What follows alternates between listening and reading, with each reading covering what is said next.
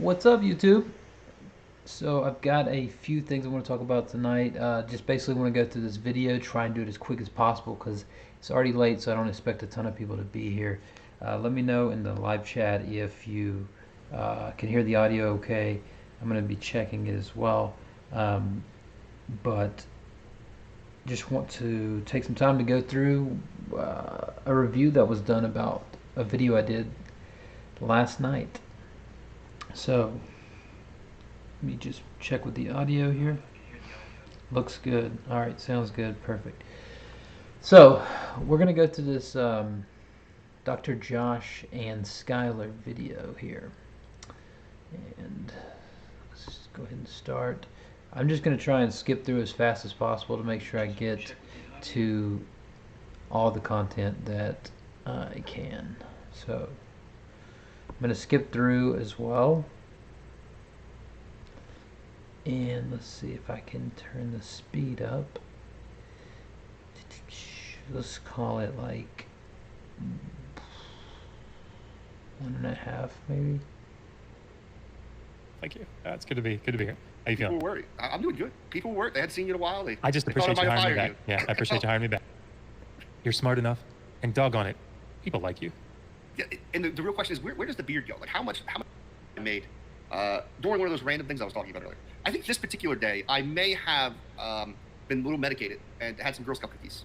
And I'm not talking about not actual cookies. Another form of Girl Scout cookies. Right before doing the show that we're going to be kind of reviewing. Our Converse contender was reviewing. Adherent Apologetics. So yeah, go check all those out. They were fun. I'm going to watch those all back to back while I'm in the bathtub. Does that make it like what's so weird about that, Josh? What do you not? It probably wasn't perfect. Plus, for one reason, Doc, listen. Okay, so she agreed she would make me a sandwich, right? But the tub was a step too far. Italian hoagie in the bathtub. If I just dropped a deuce and then I'm like, okay, now I'm gonna go in there and this has nothing to do with Nephilim. I'm sorry, folks. Or it has everything to do with it. Maybe it has everything. Yeah, it really has. Major saves. Get a blunt for Dr. Josh. Great stuff, guys. Maybe I will. I'll smoke it in his honor. And then if I ever get him here, then I'll make him. All right. Anamorphic. Is it Anamorphic Mind? Yeah, I can't see him. I guess I should share it. Did I not share the other one? I didn't put it on the screen. There it is. There we go. Anamorphic Mind. Hope you both had a great Father's Day. You know what? I did have a great Father's Day. Dr. Josh, how was yours? Yeah, it was really nice. I drink coffee out of these reusable plastic, for like $2 a piece or something. And it's environmentally friendly. The kids, Megan and the kids got one specially like made that says like best dad in the world or something. Not this one, obviously. Because I used it. It's dirty. Oh, I was gonna be like, so you're not using the one that they. No, I definitely am. Definitely. Thanks, kids. Some cold hard shit. Can you imagine? I told my kids something today. We had like the movie Artemis Fowl on, and both of them, like we were sitting down there. I'm like, all right, let's watch the movie. I want to sit and watch the movie with the kids. And then every minute, like they just keep talking. And at one point, I said something to my son. I was like, man, I'd love to be able to hear this movie. What's going on? And he's like, what? And I'm like, no, let's just watch the movie. He said, okay, boomer. Sorry, you guys. Okay, I'm editing because I see Megan how the video's cut off. Megan and I are going through the Terminator series. She's never seen them. So we watched 1 and 2. Which one did you like better? Oh, I mean, I've seen them. Yeah. Yeah, but still, which one? Oh, 2. No question. Yeah, I think we're right on that one. I love the way that one sets it up, but 2 is great movie. 2's a better movie. Yeah, when Schwarzenegger becomes a good guy, it's an even better movie. I have not seen Genesis yet, the one from 2015. I'm really looking forward to it. I'm not gonna tell you anything. I'm just gonna say the best is probably in your past. Let's at this point. All right, let me read these more super chats. Good Lord, we got a lot of. No, you're fine. I did a show yesterday. I didn't really bring Father's Day. Slightly. Goes, that was good. That was good. Maybe I'll think about it. All right, I'm gonna skip ahead a little bit here. Italian hoagies in the bathtub. JMD, you've been here forever. Sorry about that, buddy. I had to do some stuff before I started. We're 15 minutes in almost. Share screen. We're 15 minutes in. Can you guys see this? That guy does kind of like Josh a little bit. Kind of see it. I feel like the part is the wrong direction, though. I feel like we got that video that I am bored to death of.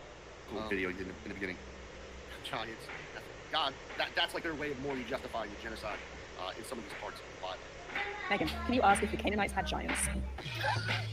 What's up, guys? Thanks for stopping by. Damn, that girl's hot. Make a response video to video Skylar Fiction put out.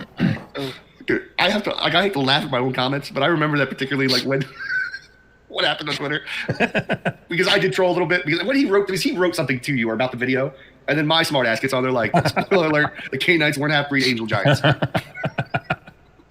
right, you guys, I just want to say here that this would be, it would have been a lot better if Josh and Skylar would have taken the time to watch the video ahead of time. Actually, Skylar says he did, so, but it still seems like he makes mistakes by basically saying the exact opposite of what I said in the video. So, but anyway, they're trying to be nice in this video to me, and they're not really ripping on me too much. So I'll take it. I mean, I figured that there would be some little things that they got on me about, but for the most part, I just think that they mischaracterized me almost the entire time. And one thing is that Skylar, I actually think I've seen him in some discussions where he said, "Listen, it sounds like you're attacking me, or like you're more talking about what might be, or like what method I'm using, or things about what I'm doing rather than the arguments." And I feel like that's what happened during this video. So I'm gonna go ahead and play it, and then we'll discuss it here. Try to go through as quick as possible. I don't think we need to set this up too much. I think you guys know a little bit. If you were fans of the show about the nipple, I'm sure we'll kind of go into it as it goes along. So, I talked to Dr. Josh on Twitter after he put out an interview with Dr. Brendan Benz. The interview was called "Were the Canaanites Really Evil?" And I pointed out to Josh on Twitter that they didn't actually talk about were the Canaanites evil because they didn't mention a single religious text or anything that they believed. All right, so he's about to pause it here, but let me just clarify that by saying the video that Dr. Josh put out was called "Were the Canaanites Really Evil?" When I watched that, I found it very interesting and I liked it, but it actually didn't go into anything about the Canaanites. Basically, the entire video was about how the Bible's portrayal, or our the Western view of the Hebrew Bible's portrayal, is inaccurate or antiquated. I'm going to point that out, but I just wanted to say up front, like that was the point. Is they didn't actually go into were the Canaanites really evil. They just went into, so it should have been called something like is the Canaanites portrayal in the Bible antiquated, or something like that. Anyway, let's get in.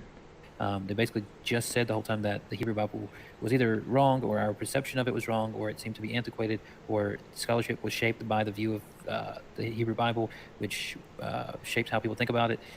But there was actually no discussion of a Canaanite text that was dug up somewhere. There was a political. I don't listen, and maybe I might be wrong, but I don't think that like there was. Why would you? I don't know if he's referring to talking about morality within the Canaanite culture as going to a particular like religious text to see what their morality was. Do you think that's kind of where he's going with that? I don't know. I haven't watched this thing through, but I guess like my thought is on that. Certainly, you know, in YouTube videos, you try to get at sort of the essence of what the video is about, right? But in an appealing way, and that's precisely what we were talking about. In fact, I remember my response to him being, but I think we did talk about that, and then I responded again and said maybe not implicitly. I see what you're saying, but I mean certainly everything that he just said. The way that people perceive the Canaanites, the way that what we were talking about specifically, is that people use the biblical texts in the same way that scholars used to use Sumerian literary texts or royal inscriptions to talk about the Martu, the Westerners, you know, the evil Westerners that eat raw meat and they don't know culture, you know, and it's a depiction that's set up for a purpose, right? So do you judge the Martu based on the Sumerian text? No, that would be silly. And then I think in the same way, people judge the Canaanites based on what this propagandistic document, this theologically motivated document, or set of documents does with depictions of the Canaanites. And so that was the point. Are they really the evil Canaanites that the biblical text is setting up? Again, maybe it's just an unfortunate title, because that would have actually made more sense. Is it really, or were the Canaanites really as evil as the Bible say? But still, even at that point, I would want to see some text, because if the Bible says they sacrifice their children, or you know, these types of things, they're evil, you would have to show me something from the Canaanite culture to say nope, they didn't do that, or whatever. So anyway, and you know, the answer is no, right? Now I think his point sounds like his point was we didn't then go and say, all right, let's look at texts that speak to who they were morally. I think that's probably overreaching the point of the video, the title. But yeah, sorry, that was long. No, that's good. Again, I don't think that's overreaching the point of the video title, as he said, because the video title was were the Canaanites really evil? So I think that it would have made sense to go into those things, but let's go on. I might recall there being like kind of a basic conversation that saying that they were basically the same as everybody else in that area, right? Yeah, Like basically the idea. Josh did mention something like they were basically common. Like they were no more Yeah. on a different moral level than the Israelites or any other culture of that area at the time. I mean, I guess it would be equivalent to after 9/11, like a year after 9/11, if somebody put out a video that said, "Are the Arabs really wicked people?" Right? Yes. It's not that we have to go to texts from Saudi Arabia or go and do anthropology. Josh pointed this out in the original video from when he interviewed Dr. Brendan Benz. So, like that was a point he had already made. But I just want to make clear that I watched that video at least 3 or 4 times. So, because I was doing a review on it, but it was over an hour long. So I just didn't put it out yet because I thought it was too long. But anyway, we'll see. So I've heard this argument in the initial video he gave, but I guess he's just reiterating it. Logical studies. We're addressing the characterization that the United States has at that time placed upon this homogenous group that we consider to be Arabs, right? And they're all wicked, they're all bad, And are they really all wicked and bad? Well, of course not. But it's a response to a positive claim, positive characterization, as opposed to a going and digging up positive data on the other side. It's a response to the characterization. Well, what's funny is like that's the kind of stuff like you figure you would look at when it talks about the Canaanites being so evil in the Bible and say that's probably hyperbolic language, right? Where it's like this is why they're going to be destroyed. This is how wicked they are, right? I think it makes more sense to look at that kind of stuff and say, okay, yeah, this is hyperbolic. Obviously, and this is what you're kind of comparing to. Is like throughout history, there's nothing to tell us that these civilizations. You guys, I might have to skip through a bit because they every like 3-second clip they hear of me, they go on like a 7 to 10 minute rant on each one, so they only get through about 10 minutes of the actual video, so I might have to skip through a little bit.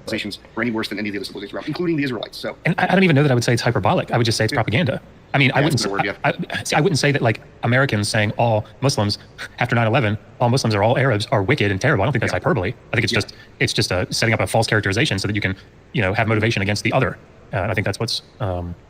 Yeah, but I definitely hear what you're saying. No, I like that. That's actually, I think, a better word to use than I think hyperbolic. I think that fits what's happening better. Boy, Skylar, you really don't take any kind of correction well. Gosh, so argumentative. I'm just going to have to remove you from the stream. I can't. I've told Josh over and over again not to correct me when I'm on air. Now, have you learned your lesson, Dr. Josh? I don't know if you've learned. This is why I got fired, so, I got to watch my P's and Q's. All right, I apologize. All right, let's go back to this video. Okay. Political texts mentioned the Amarna letters from Egypt, but as Dr. No, keep in mind, I mentioned the Amarna letters from Egypt, right? Benz goes on to point out later on in the video, Israel's mentioned in Egypt as being destroyed, and they... No, I said Israelites were mentioned in Egypt as being destroyed, not in the Amarna letters. I think that was pretty obvious. He even mentioned in the original video that it was from this victory steel. So I might rewind that for a sec. Let's see here. Sorry. All right. We're wrong about that. So well, that's not the Amarna text. So that's the Hebrew steel. Bible is in actually. We have these other. Ben goes on to point out later on in the video, Israel. Not to correct me when I'm on air. Now, have you learned your lesson, Dr. Josh? I don't know if you've learned. This is why I got fired. So I gotta watch my P's and Q's.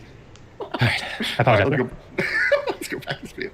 All right, pay attention because I didn't conflate these two texts, right?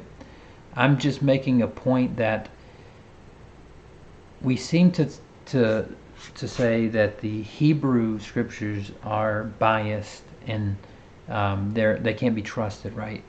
But then I basically say Josh and Dr. Benz in the original video brought up the Amarna letters. But then Dr. Benz goes on to point out later on that the Egyptian tablet was wrong about the Israelites being destroyed. I didn't conflate those two, and it's clear if you listen where the video starts here. Okay. Political texts mentioned the Amarna letters from Egypt, but as Dr. Now, keep in mind, I said they cut it off right at the end there. So when it started playing back, I was saying Josh brought up the political text of the Amarna letters, and then I go into the other Egyptian text. Ben goes on to point out later on in the video, Israel's mentioned in Egypt as being destroyed, and they were wrong about that. So well, that's not the Amarna text. So that's the Hebrew Bible is in actually. We have these other. Pause it. So what's going on? What are you saying here? I mean, that's just a slip of the tongue on his part. But so the Amarna letters are 14th century group of texts that we find in the city of Amarna in Egypt, and they contain primarily two types of of documents. Most of them are letters. I think there's like 300, 350 of them. But they're from the 14th century, mid 14th century, somewhere in there. And excuse me, they at this time Egypt has become very strong again, and in the New Kingdom, I think is what it is.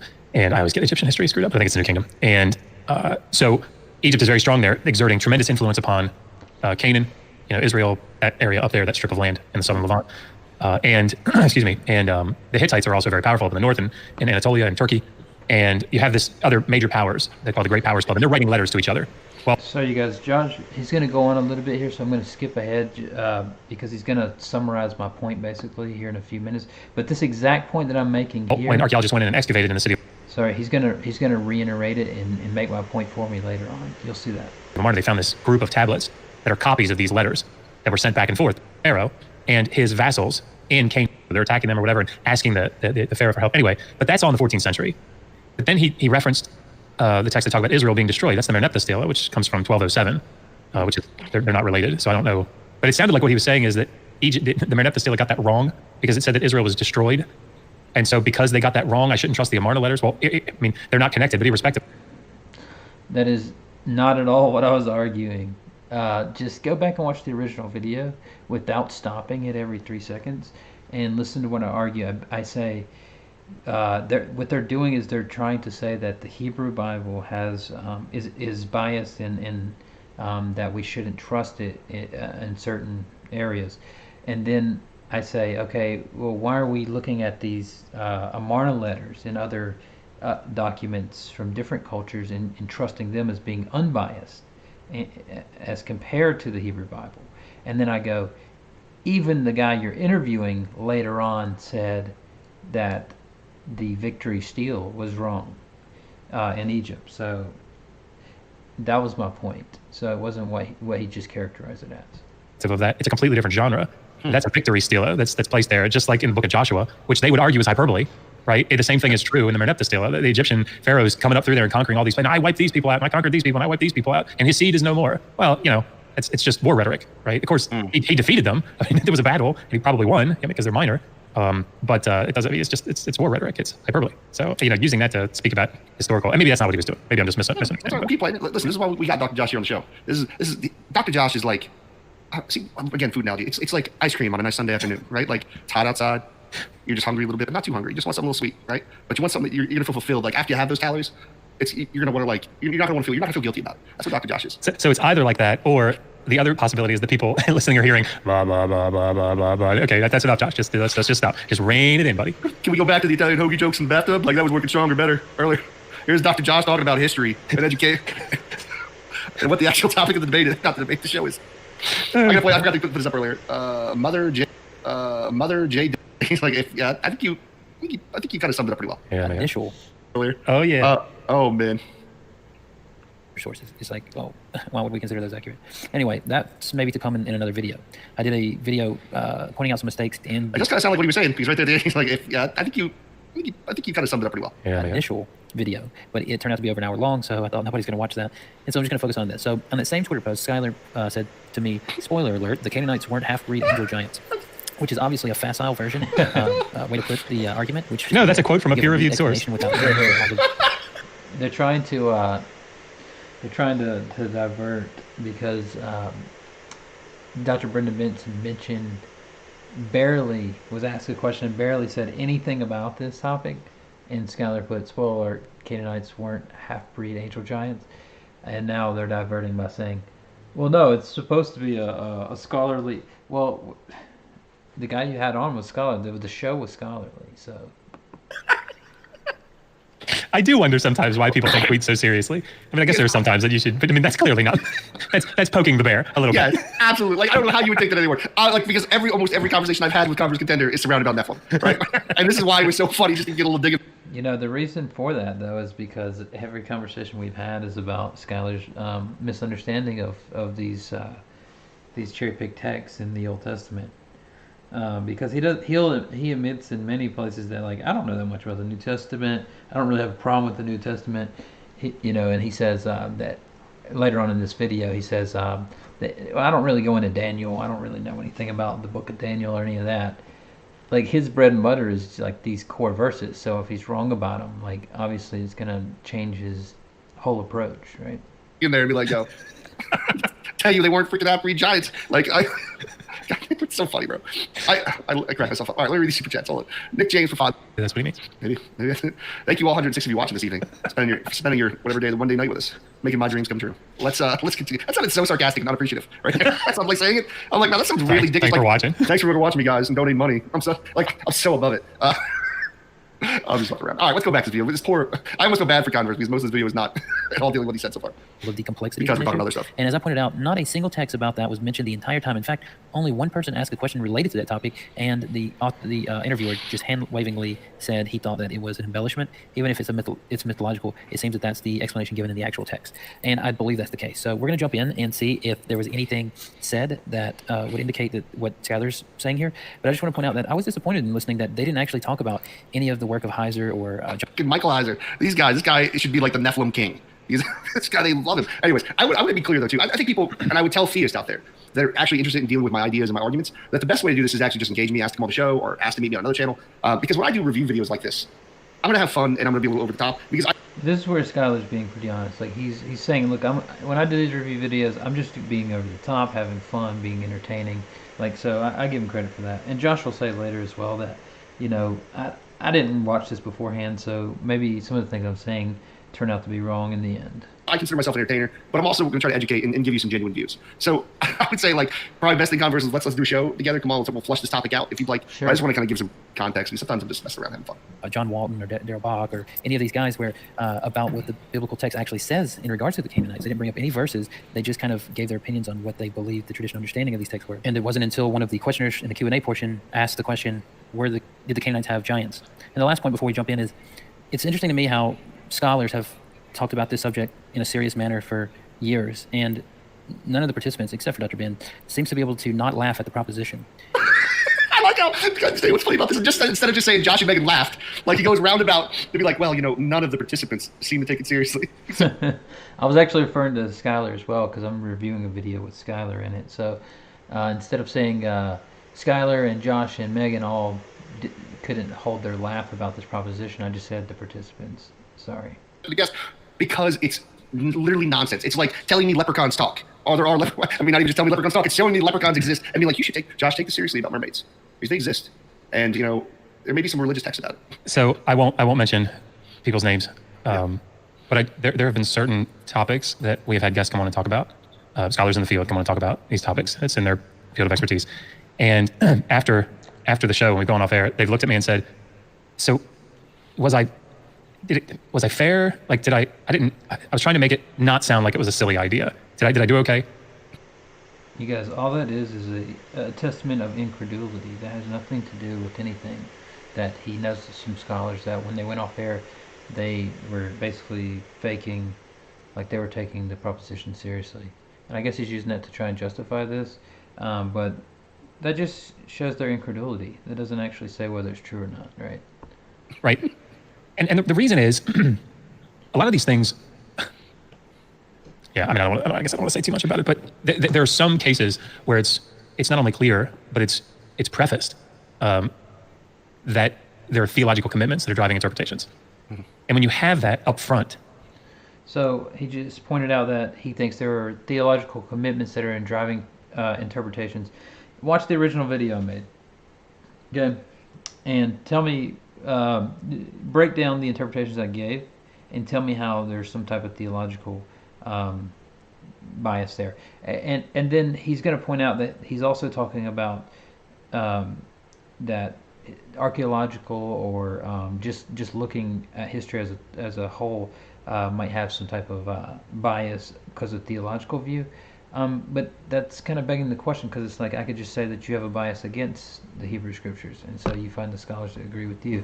But I don't think that's what I'm doing. Instead of trying to assume my motive and like what I'm, how I'm getting to where I'm going, just handle the points that I'm making. That's all. Like because it seems like throughout this whole video, they just take what I don't argue, and it's almost like in the next sentence I clarify it, and they're like, "Oh, okay, that's what he was talking about." It becomes very difficult, I think, for someone who's trying to take an objective stance, an objective approach, to just the data itself, without some theological commitment at the fore, it makes it very difficult to address those things. In any hand, yet they try. So anyway. Sorry, give me 1 second. Talk more about the Nephilim. Yeah, so I mean, I think Converse, if you'd like to talk to, sorry. That's good. If you'd like to talk to Dr. Bentz about what he thinks about the opinions of Dr. Heiser. That is actually would be a good idea. I would like to talk to him about Heiser's views because I would like to have them both on to discuss some of these things. But anyway, let's move on. I mean, I can't speak for Dr. Bentz, but I suspect that he would be. Well, I don't know. You can email him if you like I did. Can we do something? I just want to show the audience in Converse Contender why people think it's silly, right? So we'll play a little game. All right, so Skylar wants to play a game to show me why this is silly. Great. Josh, let's pretend I'm God, right? You're a mortal being, just whatever, a mortal being under me. I'm God, right? Not the Christian God, just some other God. I made you. Now, at one point, I killed all of the world, right? Now, you want to know why. You can ask me whatever questions you want, and I'll explain why I did it. So, I mean, I get maybe if I believe what your Bible says that. No, not Bible, holy. We have our own holy book. We're our own religion. Right? I see. You not the Christian God. You say not the Christian God? Nope. I'm a whole new God. I made you. And, Yeah. So I see. Sorry. We're doing a little game, a little mental game, right? Okay. And what I want to do is try to show. Hold on. All right. So this is what hell is like. Everybody wants you to know. So kidding. Things falling apart around me. There's noise cancels everywhere. Okay. This is the mental hypothetical kind of game we're playing. All right. This is all you know. You know that I created you. I'm the God who made you. I probably have certain things going on, but for some reason I killed everybody. Okay. And now you've died, and you get to try to find out. You can ask me whatever you like, and I'll explain to you why. Why did you kill me? I mean, I was a pretty good guy, but you killed everybody. Why would you do that? Well, it wasn't just you. Have you ever heard of a thing called a requiem? No. Well, you see, I made these other things called requiems, right? And requiems, they're not humans like you. But at one point in time, these requiems, they fought a war against me. Like some of them split, and they didn't like my rule. But since I'm righteous and holy, these requiems, well, they didn't listen to me, and some of them went and slept with other human beings like you. So I had to get rid of some of them. So why didn't you just kill them? Well, the thing is like I have a purpose for these requiem later on. Like I'm going to kill a lot of them right now in that particular like flood incident, right? Is it a local flood? It is local. Like some of them are going to escape to like I think it's northern Canaan. Either that or South Jersey. Exactly. Sorry, these kids go crazy. First of all right, let's go to the play video. Yeah, go ahead. Honestly, I didn't get a lot out of that. I don't know what point he was trying to make and why this is so silly. Because if he started with, all right, I'm God, right? And I created you.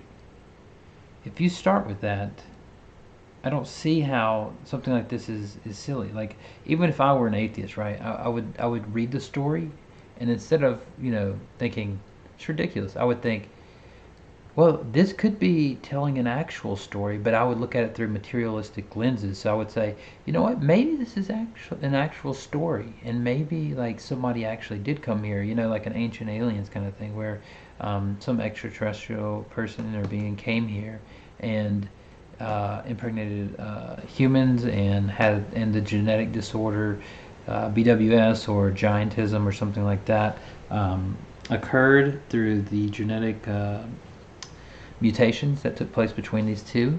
But I mean, I can easily think of a materialistic way to look at this to make it not silly.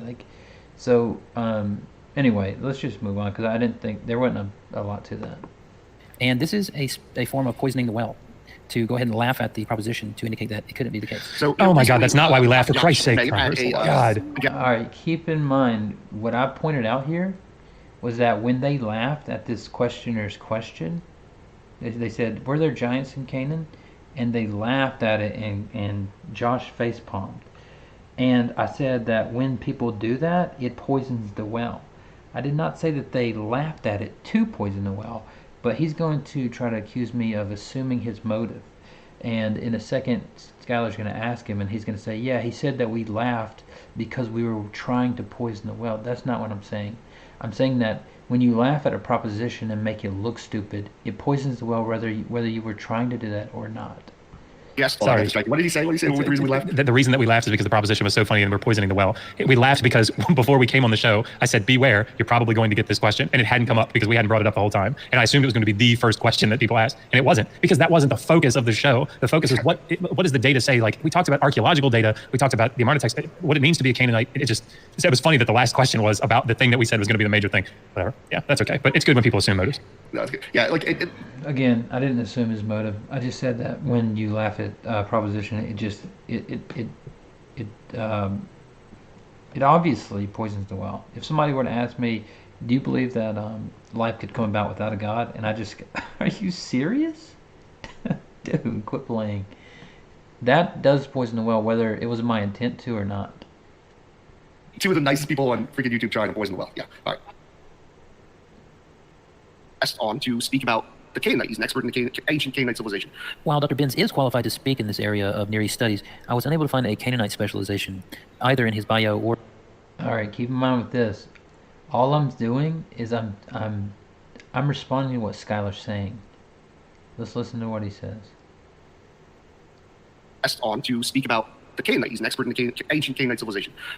He's an expert in the ancient Canaanite civilization. Okay, we'll While Dr. Benz is qualified to speak in this area... keep in mind, I put up his bio here, and he is smart. Like, this guy, let's just read this.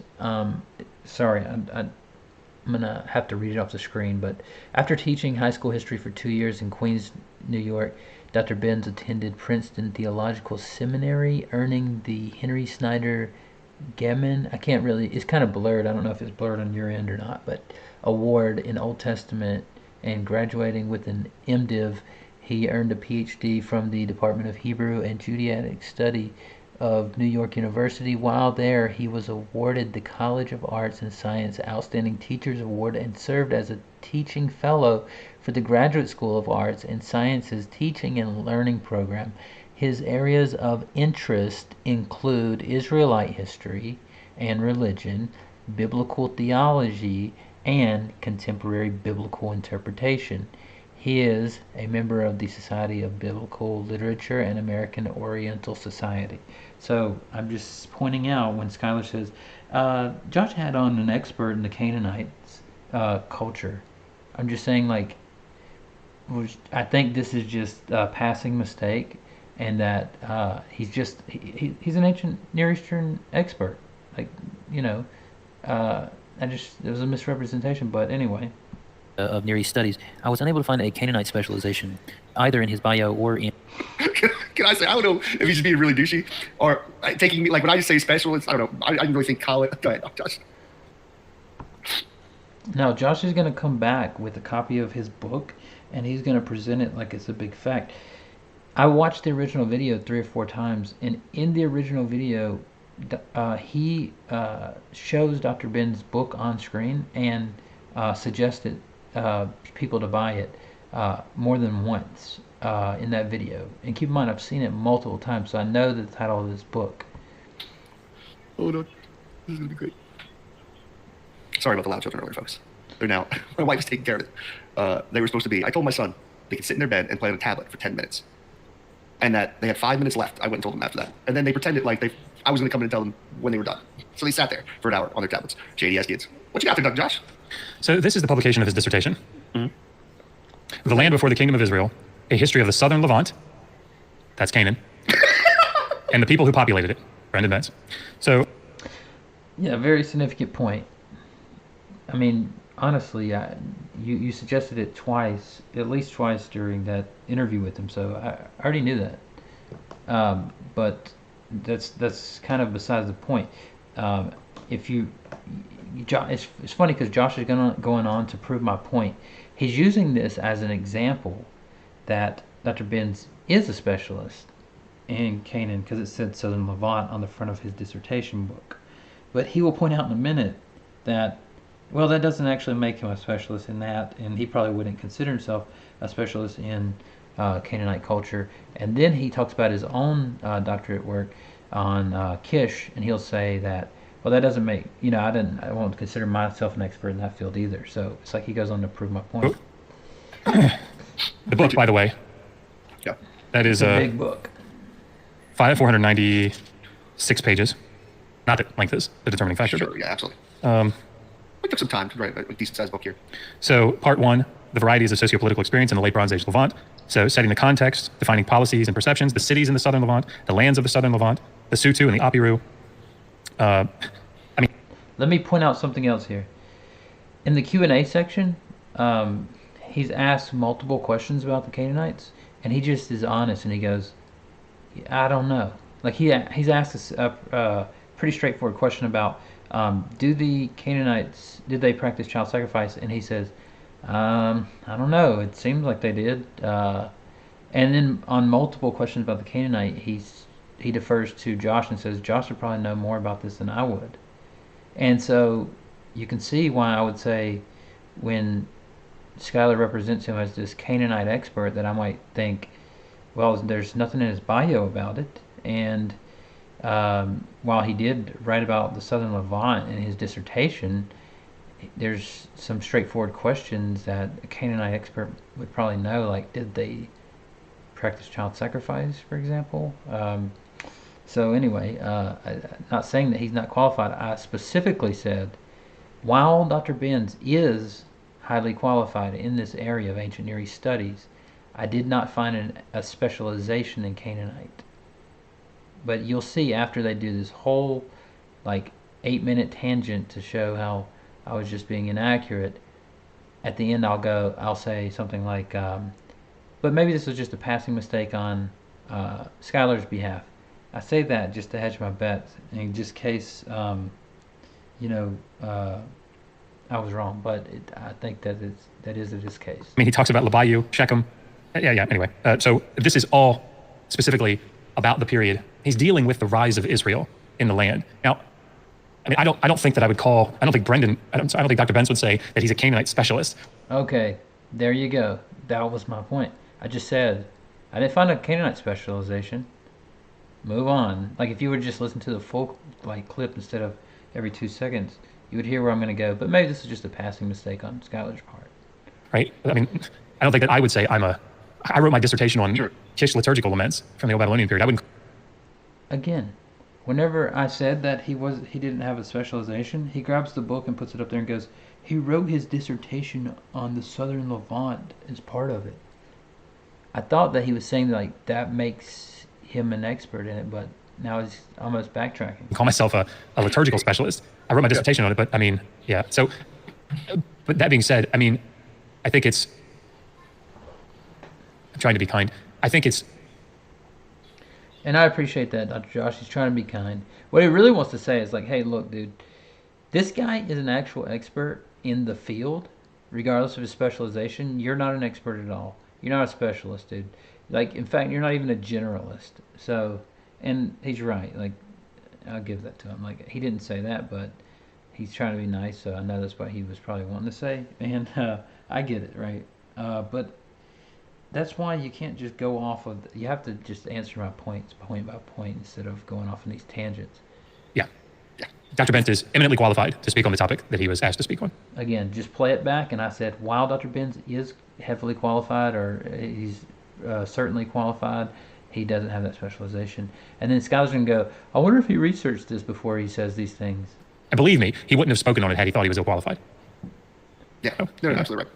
Lose your money, $5. Way to go, Skylar. Now there's going to be Rule 34 Requiem, and Dr. Josh Art. Also, Dr. Josh brought a receipt. Nice. What is that? All right. Sorry, a little buzzed. All right, let's continue on with this video. I just think I find it funny he took whatever amount of time it is to put this in the video. It's an edited video. I think this is edited. He put this video together. He took the time to. I wonder if he actually went through and looked for the resources and make sure before he tried to get this dig on me that. This was it seems like obviously.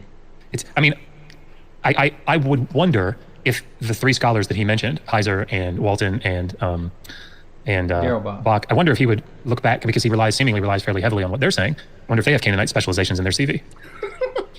You know, it's so funny because he's making this into something that's not. Skylar just mistakenly said to his audience that he was a specialist in the Canaanite field, and I just pointed out that I think this is a past mistake on his part, and it's not really he's not really a specialist in Canaanite. But anyway, they're trying to make it out like I'm saying, well, he can't speak on the subject if he's not a specialist. I'm just responding to what Skylar's saying in the video, obviously. Oh man! All right, let's keep going. And the bio that Josh and there's his bio on the screen. Listed out in the original video, but this may just have been a passing mistake on Skylar's behalf. Let's do this. I've rambled a lot. This Bulldog 2.0. Megan, can you ask if the Canaanites had giants? No, they may have had tall people, What is a giant if not a tall person? but I don't know what the. Okay. I'm sure he goes into this in just a minute. What? I love this because this is what they do is they'll go through 2, 3, 5 seconds and then they'll pause it and then go on a 10-minute rant and then they'll unpause it and they'll realize, oh, what you're saying is what I was about to say. Okay, Converse. I may be skipping ahead a little bit, so spoiler alert. When they call these people giants, they mean 6'1". All right, Skylar says this number like 3 or 4 times. Okay, keep in mind he said he's already watched this video. He says that what we mean by giants is 6'1". Now he's saying that because he's 6'1". but keep in mind I never said that. 6'1". Yes, my height. I'm a giant. That's what they're referring to. This is why. I mean, it doesn't even match the text. Like, why would you be afraid of somebody even if you were a couple inches shorter than me? Because what are they? They try to argue that the Israelites were like average height of 5'5" or something like that. Wrong again. In the video, you'll see here in a minute that I say that they were an average of 5 foot. Now he's embellishing both ways, upwards for the Israelite and downward for the Nephilim, or for the giant. So he's bringing them a lot closer together. Oh, one of them's 5'5" and one of them's 6'1". Is that much of a difference? Like, no, but it is a big difference if one of them is 6'6" or taller and one of them is 5 foot, right? I don't know. I forgot what their particular number is. I haven't looked at. I mean, what you'd have to do to determine. Yeah. I'm not an archaeologist. Sure. So, but I mean, you'd have to look at things like burial remains. The heights of doors. If you have doors that are extant. Remaining door sizes. I mean, like, but those things are it's so rare to find a fully preserved wall. I haven't looked at the numbers, but I mean, normally. But anyway, but those are the data that you have to compile to try to get at. But you don't even have to go there. But think about how silly you're calling up somebody a giant who is 6'1" when the people that even if I grant them, let's grant and say that the Israelites were an average of 5'5" or 5'6", right? And the Canaanites, all these different groups were all an average of 6'1". That's only a few inches bigger, right? We don't. Again, this is not what I said. He's just making up stuff. Look at even cultures like in today, like Americans are going to be taught. In fact, I looked this up before the show because I just think about how what are the height differences by average, and there are cultures today that have that same height difference. We don't look at those people as giants, and if we're supposed to think that these were fucking fierce people and would cause fear in people, just the sight of them, right? It just seems ridiculous to follow. It doesn't follow the story. Now you're just saying they're basically the height of American, or someone from Africa, I should say. It's probably some of the African tribes are a lot taller than Americans. So there are two things that I would say. One is there is this tendency to strip the biblical text of the implications. So, I'm seeing Tony Designs there. So Josh is going to make this point right now that's totally unrelated, where he's trying to say that I'm trying to strip the text of supernatural, and that's exactly what I'm not trying to do. In fact, I criticize people for this all the time. He's going to bring up a story instead of showing something that I'm doing about the speckled and spotted sheep, and I agree with him on this, that people try to take the supernatural out of that. But in fact, somebody in their comment section I seen this morning told them that they didn't think that was a supernatural, that it was probably not meant to be supernatural because of some old practice they thought. But I actually agree with him on this point, but I don't think I'm doing it. For example, in the story about Jacob going out, and Laban, he says to Laban, "Let me take the flock out, and any of the sheep, any of the flock that gets speckled or spotted, I'll get to keep those." Their video is an hour and Laban, a half. He says sets the poles by the drinking fountain into the water, and so then when they drank, and then just from the little bit that I've heard, it sounds like the road that he might be going down is, I mean, they said they were giants, but really they were just tall people. So that's not what I'm doing at all. If they weren't going on this rant about what my motive is, or like what it sounds like I'm saying, and just listen to the actual video, you're going to see I clarify that in just a second by quoting from Heiser straight out of his book. So the Bible's still accurate. It's like, well, that's specifically stripping the point of the text away.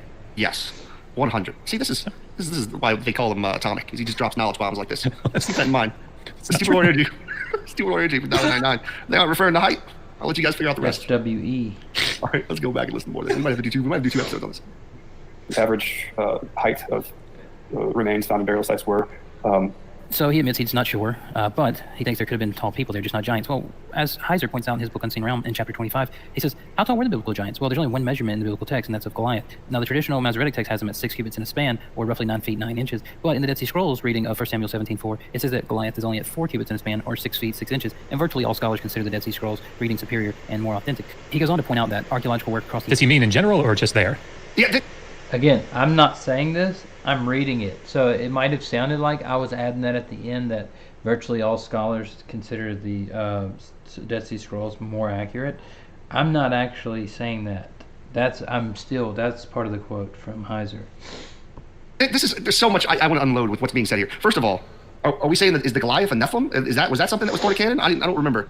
First of all, that all I pointed out there was that the only measurement we get in the text of, because they were trying to make it out like, I guess that like giants are supposed to be 25 foot tall or something, but they're like, why does he consider them to be so short if they're giants? Because their guest said that, well, there might not have been giants, but there might have been tall people. Well, that's all we mean. And so what I'm pointing out is, out of Heiser's book, is that the only measurement we get puts Goliath at 6'6" or taller. And so but anyway, I'm gonna actually later on in the video, if they would have watched the whole video, I actually point out that a verse in the Bible that says that all of the Anakim were destroyed and none existed except for in Gath and a few other places, one of the places of which Goliath comes from. But you will have to watch the other video to see all that information. Okay, so we'll take that quickly. We'll just grant that and say he was a Nephilim, the Goliath there. Does that mean that at 6'6" now we're getting to a tall person, a taller? But does that mean the whole culture was that average of that height? Shit, my wife's 6'4". I got a tall wife, right? I did not say that the average of that culture was 6'6".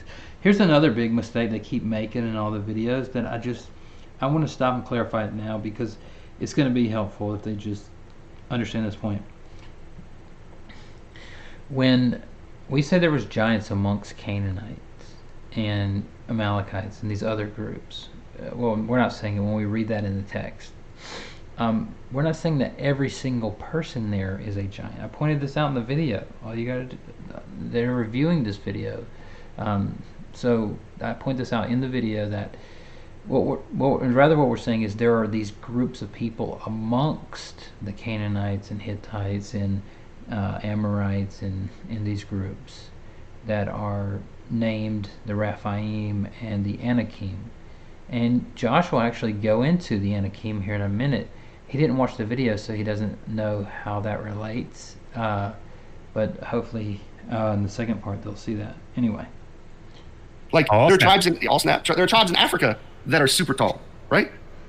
They're not angel half-breed giants, right? That's the point. Like, this is what's so crazy about this guy. This is why, and I mean, I don't know how much more he plays of the interview, but this is why there's a thing called cultural memory. And again, this is not my field of expertise. Like this part, you'll see that I bring up cultural memory, Josh saying that, in like the next clip. If they would just watch the thing instead of going on 10-minute rants after 2 seconds of video.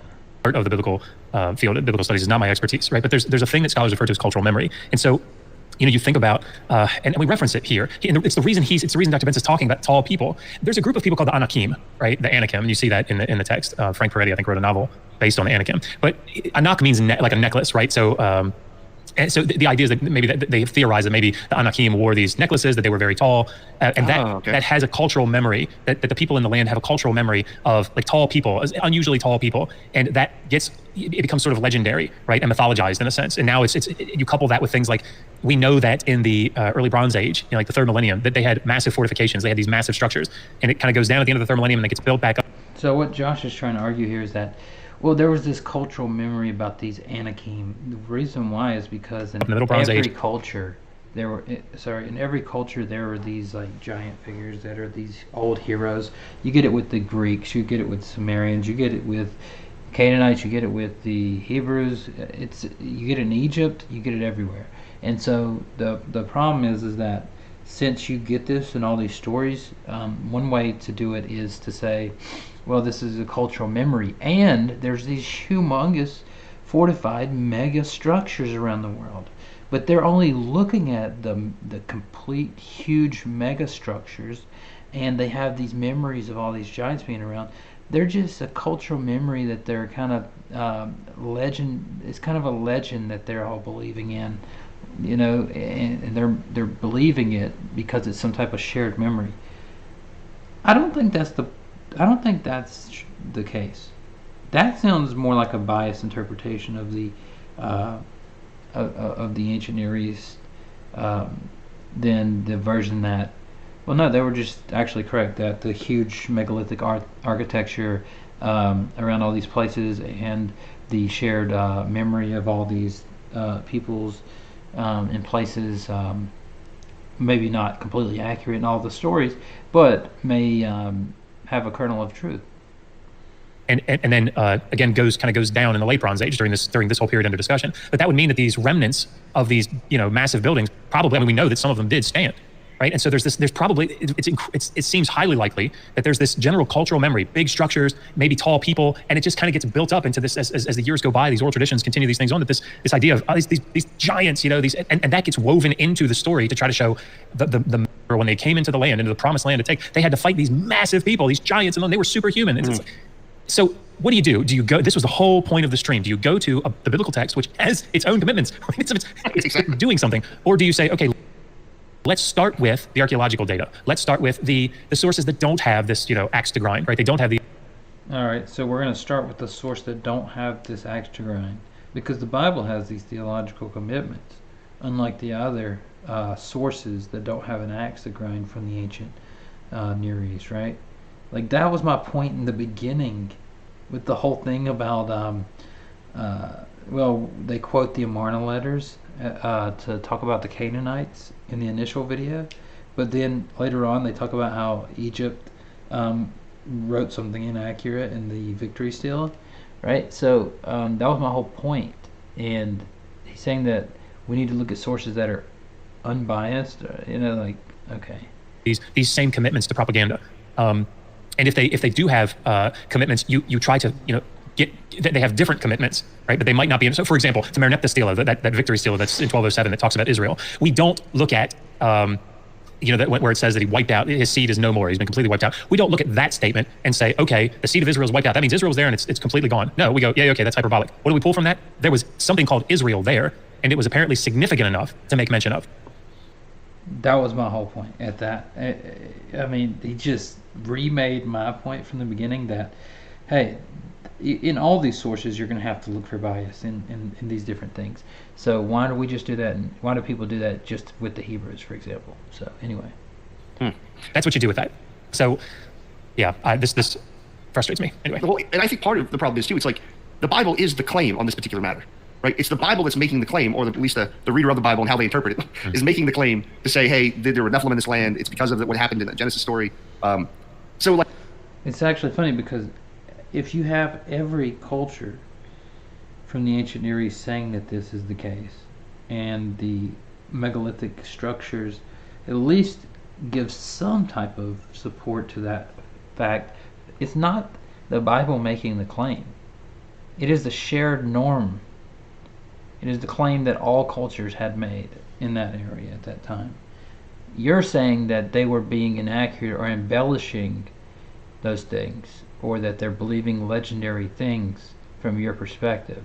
So, like, I would like, it's not like there's this what we're kind of talking about. It's not like there's overwhelming evidence to show that there were a bunch of giants living in this particular area. It's just not there. Yeah. And where we get to basically is now we're getting to the point where we're just saying someone's like 6'1" or 6'3", right? The average is. Again, now he says we're just saying that they were 6'1" or 6'3". It's like he's trying to go up to the number I actually gave, but he's like, I want to stay near my height. So anyway.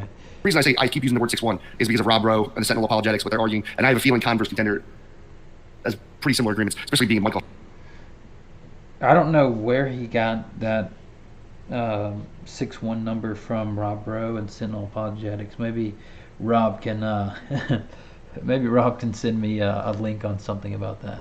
Pizer. I mean, I think where we end up with all of this again and again and again is for someone that starts with a commitment from the biblical text. They're working from that starting point, and they're saying, okay, to greater or lesser degrees, this has to be right. This is correct. And so at that point, what you're looking for, because you know that this is right, again, to whatever degree your interpretive model requires that, then you're coming back to the data and saying, is this possible? Is this possible? Can I? Okay, I want you guys to keep one thing in mind here.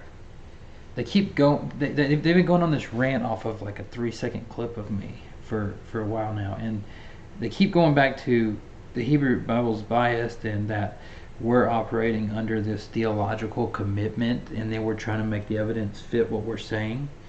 But it seems like we're just pointing to all the architecture and stories from all the cultures, right? But they keep going on this this tangent about this. So can I, because this is right, is it possible to understand the other data and this still be correct? Well, I mean, it says giants, but yeah, we don't have evidence of like giants, but I mean, they were probably tall people, right? I mean, I don't mean to make fun, but I mean, like, that's not what I'm trying to do. But I mean, that's what ends up happening here. You see this in the book of Daniel, right? When I did that Daniel series, I mean, you come up against this over and over and over again. Well, isn't it possible? I mean, I know that Daniel's correct in his history. So then when he says that, Nebuchadnezzar besieged Jerusalem in 605, 604, well, I mean, yeah, sure, we have other documents that say that, but is it possible to read the verb tsar there, to treat as an enemy, even though everywhere else it means, almost everywhere else it means to besiege. But is it possible, and DJ Wiseman argues that maybe... Is that what I'm doing? Is there some type of translation error or something that I'm using? All I'm doing is I'm saying that all of these cultures that say the same stories and have these huge megalithic structures, that maybe there's something correct about what they're saying, and it's not all embellishment. It means to just treat as an enemy, so maybe that's possible. See, I don't want to operate that way. Like, is it possible that that's true? I mean, in a lot of cases, no, I don't think so. But in some cases, yeah, I mean, I guess it's possible. But what fits with the other data? Take that inspired and errant text out of this for a second and say, what would you come to what conclusion would you draw from this data? From this data. Now, go to the biblical text and say, does it match? Does it not match? And then you personally have to think, what are my commitments causing me to rely on? Anyway. I love it. All right. We'll play a little bit more of this man's video. Sorry, I talked a lot on this. No, this was it. Listen, I think you're taking the hammer and hit it right on the nail, Dr. Josh. If I could use another metaphor. You're just a wonderful person, Dr. Josh. Well, I mean, just so we're clear, again, this is not, like, the Canaanites are not my specialization whatsoever. And I don't think that Dr. Bentz would even say it's his specialization. That's humble of Josh to say, So he's going to point out that not only does he not specialize in this field, so he's kind of out of his zone. And so I understand that. And by no means am I trying to say that I'm some type of expert, right? Obviously, as I pointed out earlier, I would barely be a generalist, not much less a specialist. So, but I'm just pointing out the scholarship that I have read on the topic, because I've read some archaeological journals on some of these places, and obviously I pointed out John Walton and some other people that I've read. So anyway. But I guarantee you he knows a fuck ton more about it than I do, and about many other people.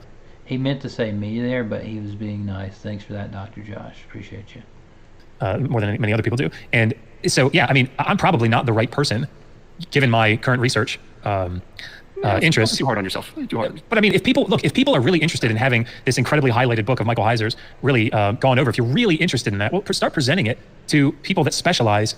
Show it to Dr. Bentz. I don't know that he has time to do this, but I mean, like, those are the people that you need to be asking. I mean, I can completely shift my research focus and spend a year going through all this data, but frankly, I don't have time, and it's not really all that interesting to me to try to figure out, is what Dr. Heiser's saying about the possibility of Deuteronomy 32, in line. Like, that's not really that interesting to me. From what I've read, most of the stuff that he says seems to be pretty mainstream. It just seems like it's in these other places that he's got different ideas, and they seem to be theologically driven. And I just don't have the interest in really doing responsible research to deal with or to address. Anyway. I keep it simple, man. I just point out the silliness of some of the arguments. First of all, I think it can be valuable, like you're saying, to take some time to study this. But at the same time, a list of priorities in life, this isn't one of them. Right now, as a person, converse contenders can certainly present that information. Right, if you want to study and present it, I'll review it and things like that, or I'd have a debate on the topic. But frankly, when we're talking about we're to the point, like you said, we watered this down to people being basically 6'1" giants. Like, it's gonna be problematic. I just wonder. With the 6'1" giants, I just don't get how he comes up with that. Right, it's just out of nowhere. It's just like, and he's just saying that it's 6'1" giant. I love that. I just wonder, because see, Dr. Heiser's very well trained, right? University of Wisconsin-Madison, studied under Michael Fox. I mean, he's very well trained, and I suspect he's a very intelligent man. Yeah. I wonder sometimes if people are misunderstanding some of his arguments. So he's asking, he says, hey, look, Michael Heiser's super intelligent, right? I know where he studied. I know who he studied under. I wonder if people aren't misinterpreting what he's saying. I can tell you this, that I've been studying Heiser for at least 7 years or more. At least been listening to his material for that long. and I've been reading his books for at least a couple of years, just to kind of get filled in on some of the things that he missed in his lectures, or that some points that he may have not touched on because it's more dense material. And I don't think at all that we're misinterpreting Heiser on this. And I don't want to accuse anyone of doing it, but that sort of things happens a lot in the field. You have people that write something, and then somebody comes along and thinks that what they're... Again, whenever I say something, I'm sorry to interrupt again, but whenever I say something, it seems like doesn't it seem like they're doing what they said that I was doing, assuming motive, right? Like, because keep in mind, like, I'm just, like, I quoted from Heiser about, about the height of a giant in the Bible, the only measurement we got, and I'm just going based off of just this data that I have here. You can respond to that claim and say that, well, it's inaccurate, or I'd like another source, or whatever. That's fine, but they keep going on these tangents where it ends up going, you got theological commitments, and you are maybe misinterpreting Heiser. Well, maybe you're not, but, like, could it be that you're giving some maybe excuse, or all of that is just assuming motive, and all of that is just what Skylar, like in debate, Skylar always goes, look, you're trying to talk about more about what I'm doing rather than what I'm saying. Like stick to my points and, like, try to argue with my points. Like, so let's do that. Arguing is X when really that's not what they're arguing. And you can see why they came to that conclusion, but that's not really why. And maybe that's not the case. Maybe he is arguing these things, but whatever. Anyway. That was laughing. Sorry, I was laughing in the comments in the chat. It was not what you were saying. All right, let's keep going here. He confirms that 6.5 feet would be the standard size of a giant in the day, considering that the average size of an ancient Israelite in the patriarchal period would be around 5 feet, and that the Egyptian would be 5 to 5.5 feet. Now, he also points out that, well, there may not be... I like how, like, I like the evidence, but how they come to the conclusion that the average giant is 6'5", when they just listed one so far, and that seems like that's all there. But let's keep playing. I don't think that they have Goliath's remains. I don't think they have that. Well, that's funny. Obviously, he's just pointing out that if the average person is 5 foot of the Hebrew and 5'5" in the Egyptian, that the 6'6" would be a pretty typical person to call a giant, right? As far as being height, just like a basketball player or somebody, like, right, we'd say they were a giant. But keep in mind that Goliath is far removed from the Nephilim incident in Numbers, right? That's way later. So I'm not saying that the people in Numbers are the same as Goliath all these years later. And then another thing to keep in mind is that they keep pointing out that, look, by giant you mean 6 foot something like that. Of course, I didn't say 6'1", but even at the number that Heiser pointed out here, keep in mind, giants, they're mating with human women, and I point this out in the video. If these are supposed to be 18 or 20 foot tall giants, like, it doesn't make sense how they're mating with women, right? Like, that's just another point that's pretty simple. Like, it's the first thing that's said about them is that they were born of women. So, I mean, just, it's a pretty simple point that they had to be at least right, small enough to be cohabitating. Point, Josh. Be any unusually large size remains left, but that's not surprising because of the millions of people that lived in ancient Syria, Palestine during those 2,000 years. We have only a few thousand remains left to look at because of embalming practices were not common in those areas. Again, is it I don't think possible? there's evidence of huge doorways or lintels. Exactly, and I don't know what that. Like, there was no breakdown of how they did the measurements. It just referred to a book that this guy had written, and I don't know this other. If you were to look at the bottom of any of Heiser's works, okay, look at the bottom of this page.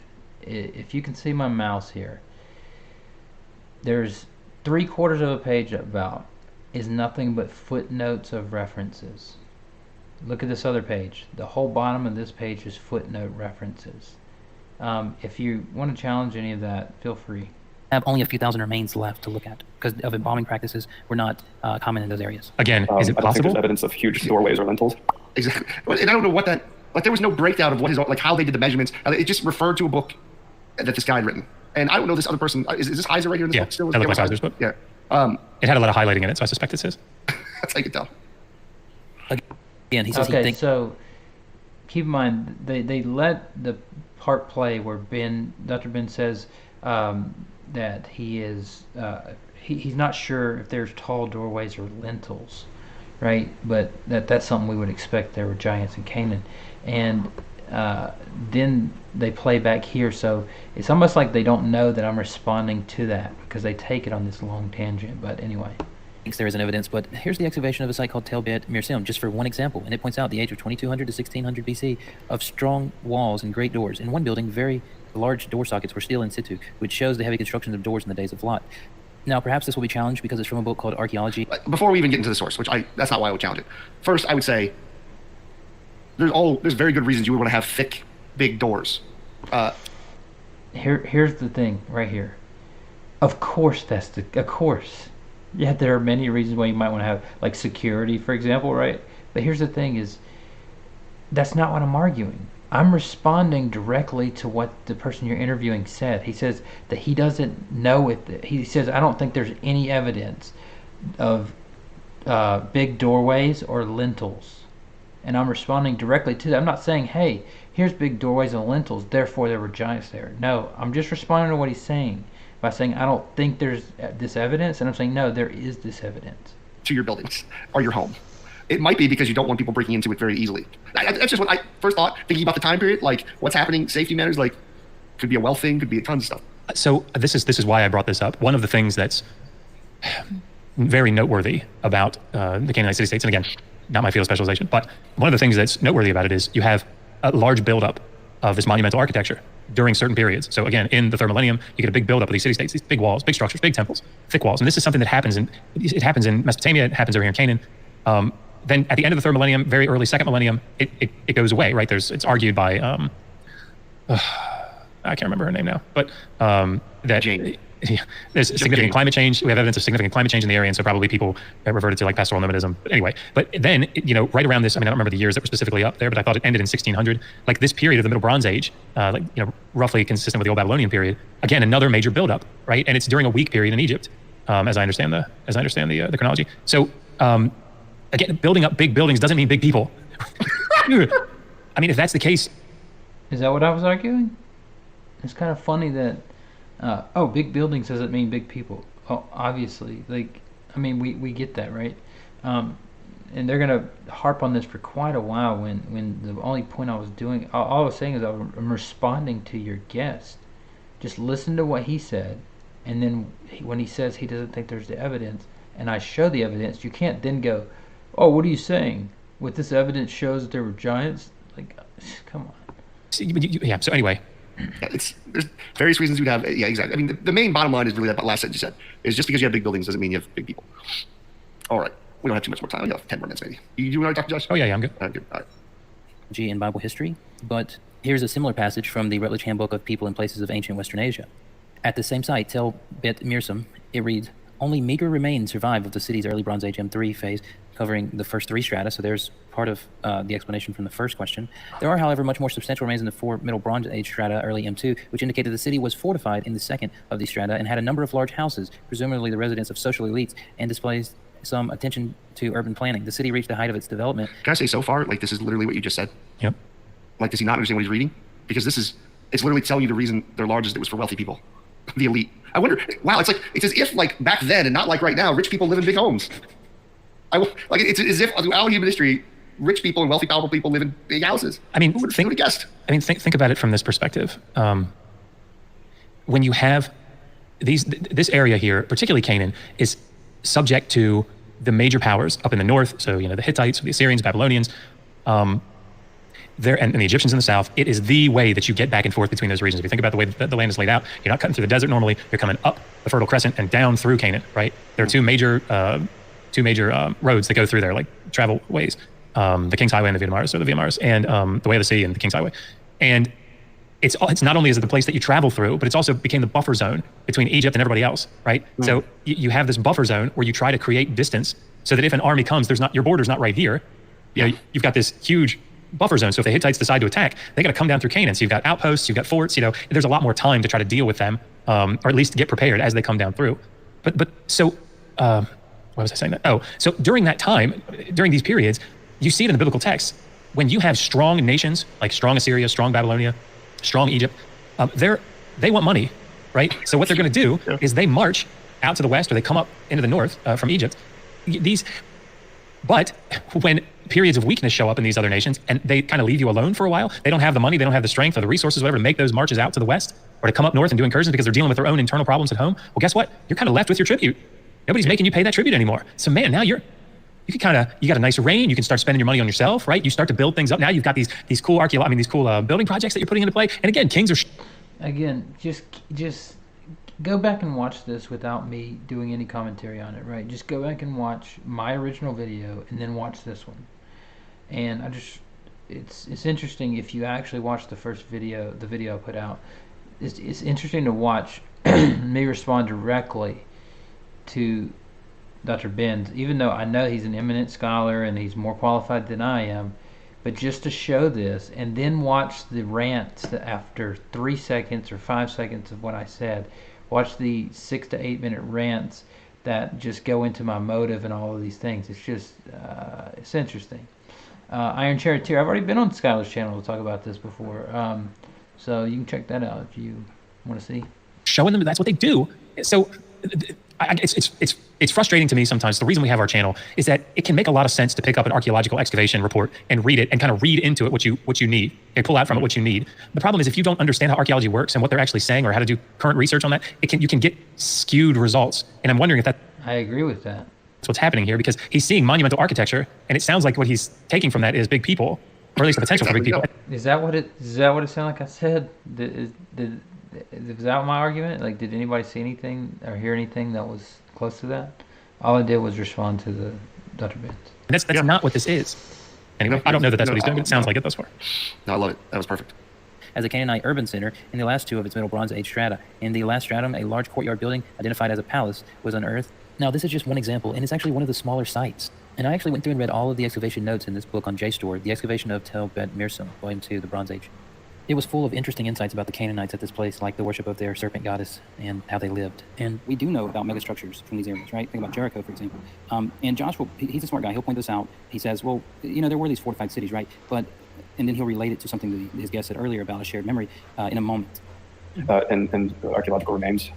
I think that for a notion second? is another. That made it sound like I knew something that Brendan didn't, and that's not the case. I don't know if Converse meant it that way. Believe me, Brendan knows far more than I do about these cities. The point that Brendan was making was, I think, very specifically about door lintels. Like the idea that we've got many examples or whatever of high door lintels that would require didn't, and that's not the case.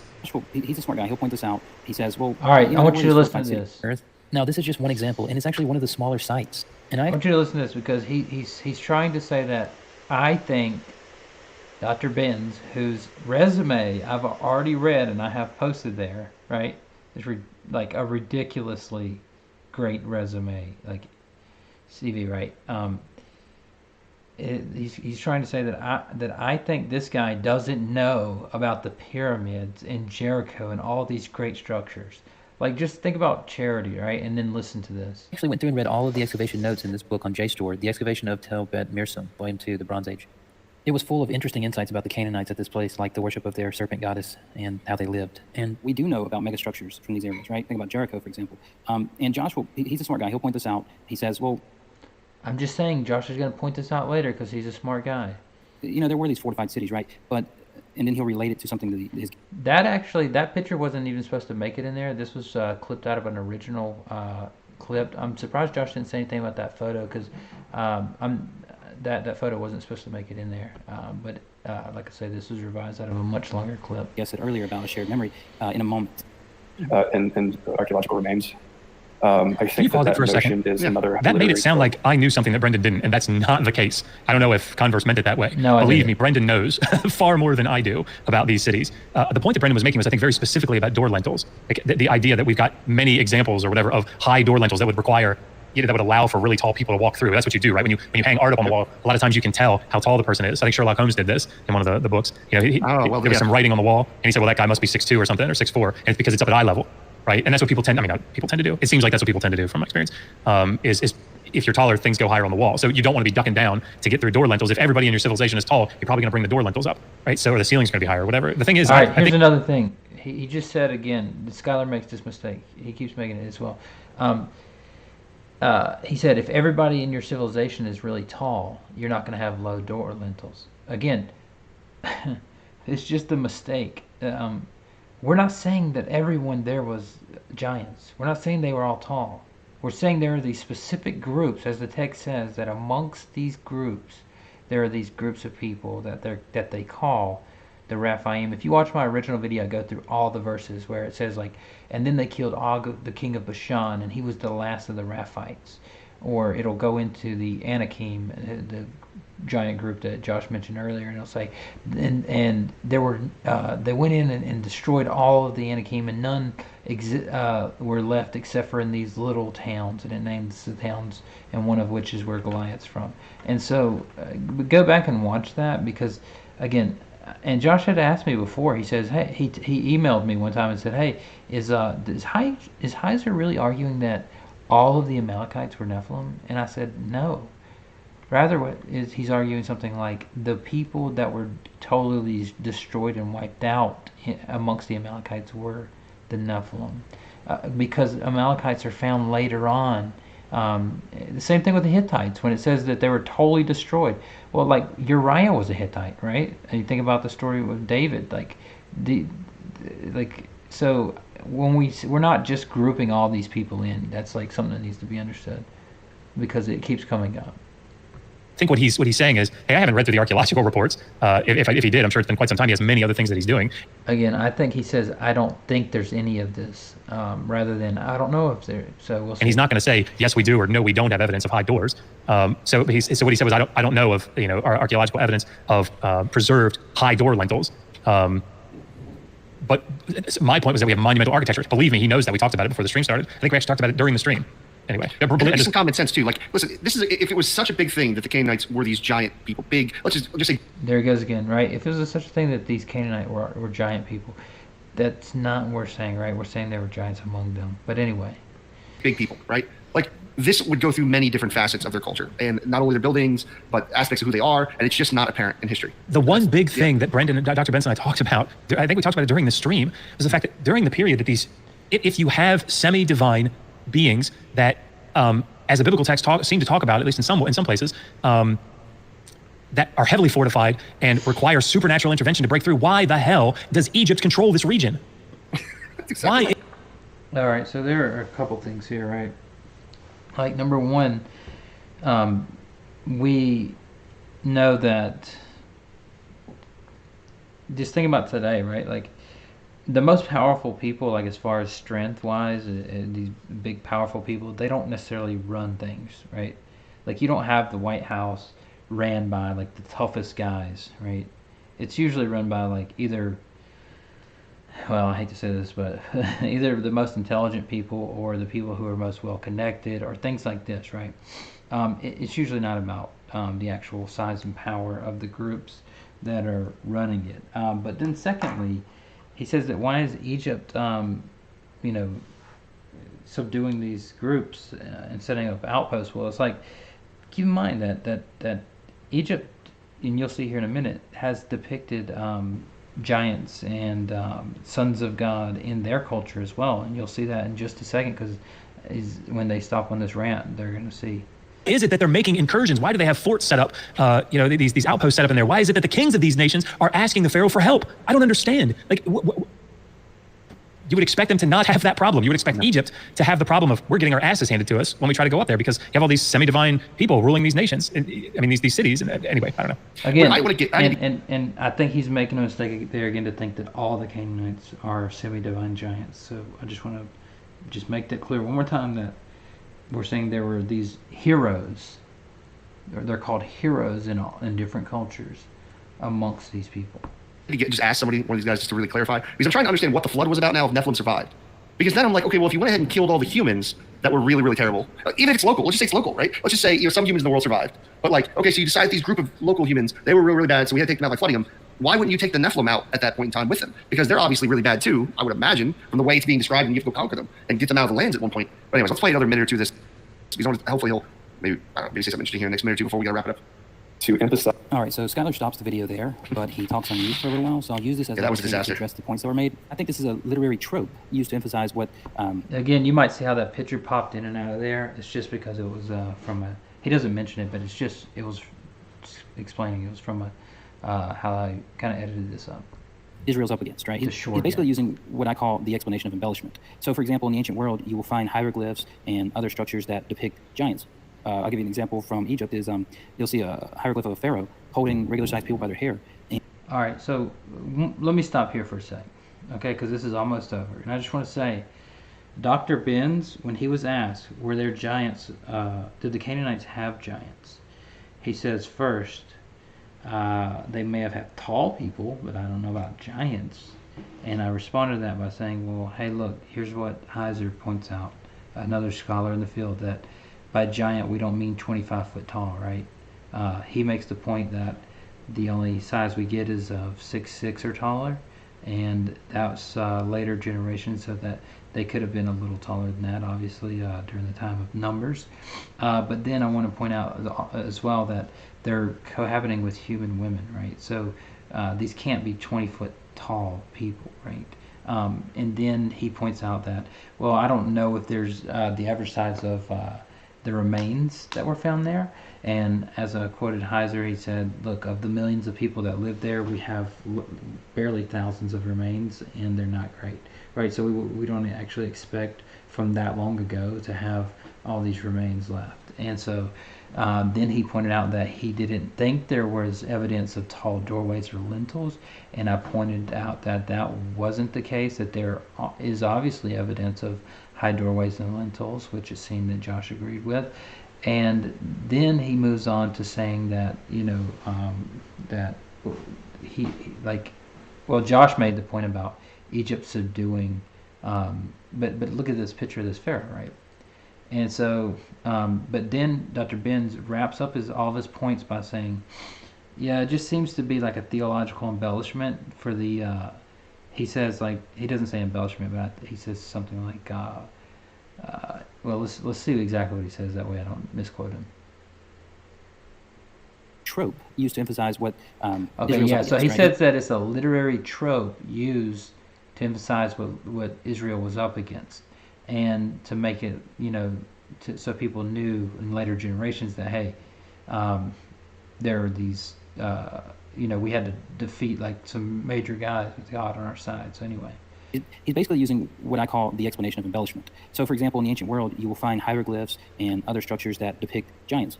I'll give you an example from Egypt. Is you'll see a hieroglyph of a pharaoh. All right, so this is what I'm saying that he's doing. When they come across these huge structures and these hieroglyphs of things like this you see on the screen, what they do is they say, well, this is obviously an embellishment because they couldn't have been that tall, right? And I can partially agree with that they may be embellishing their size. But if a pharaoh is standing by his inscription or his hieroglyph, it would be pretty easy for the people around to say, like, obviously he's not that tall, right? That's super stupid. Like, I don't know if it would even make sense to have yourself depicted like that if I don't know, but anyway, we'll leave that point aside. So anyway, there's this embellishment point.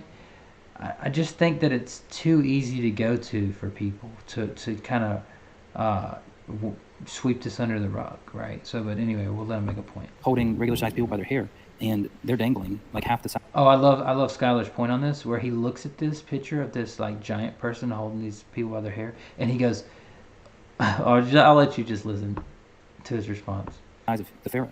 Now, archaeologists who Okay, I guess we'll stop here. But there's so much that this picture could mean, right? And for him just to go to, this is a giant holding normal-sized human beings up by the hair. I love that. But he's like, man, this picture could mean anything.